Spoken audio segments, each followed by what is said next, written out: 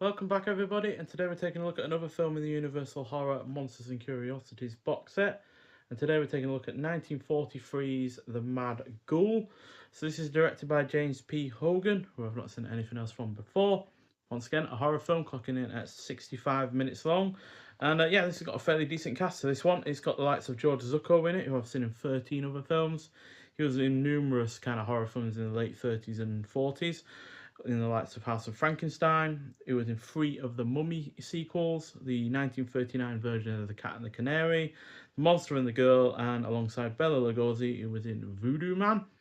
Also stars David Bruce, who was in one of the Inner Sanctum films, calling Dr. Death and Lady on a Train. You've also got Evelyn Ankers, who we've talked about in this box set before, with The Ghost of Frankenstein. And finally, Turan Bey, who was in The Mummy's Tomb, Arabian Nights, and The Climax, alongside Boris Karloff. So, a university chemistry professor experiments with an ancient Mayan gas on a medical student, turning the would-be surgeon into a murdering ghoul as part of a plan to ultimately steal his lover.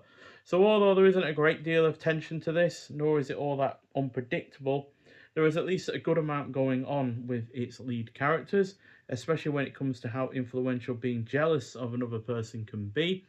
So yeah, basically Evelyn Ankers is really in love with Turan Bey because they share a love of music. Whereas David Bruce is in love with Evelyn Ankers, but he's clearly acknowledging the fact that he's never going to get her.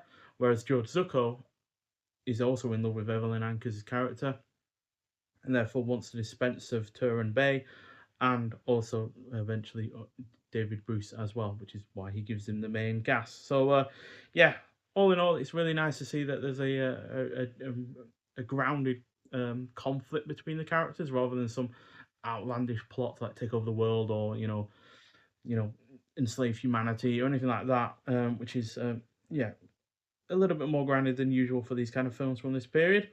The cast is also good. The pacing is on point. It doesn't outstay its welcome. The conclusion is satisfyingly done.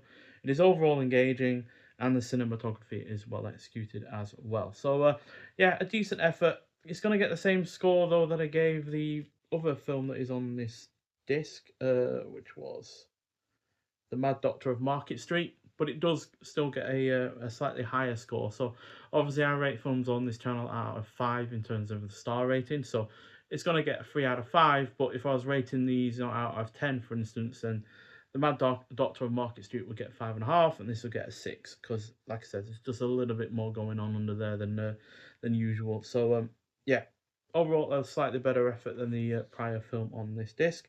So yeah, this is the last film on this disc that we'll be looking at because I do believe we've already looked at House of Horrors before. I'm pretty sure that was a part of a previous Eureka release.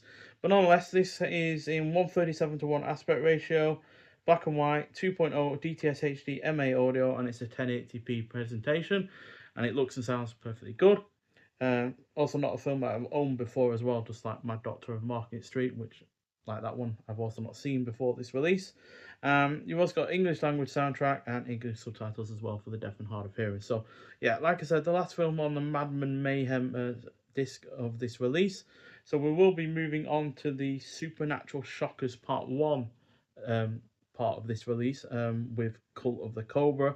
We won't be looking at Horror Island because, like with House of Horrors, I believe I've already looked at in the past. So, yeah, but I'm still looking forward to Cult of the Cobra, seeing what that has in store for us. I'm pretty sure I've not seen it before. But nonetheless, thank you for watching. If you have seen The Mad Ghoul before, I'd like to hear your thoughts on it. And I'll see you in the next one. Bye.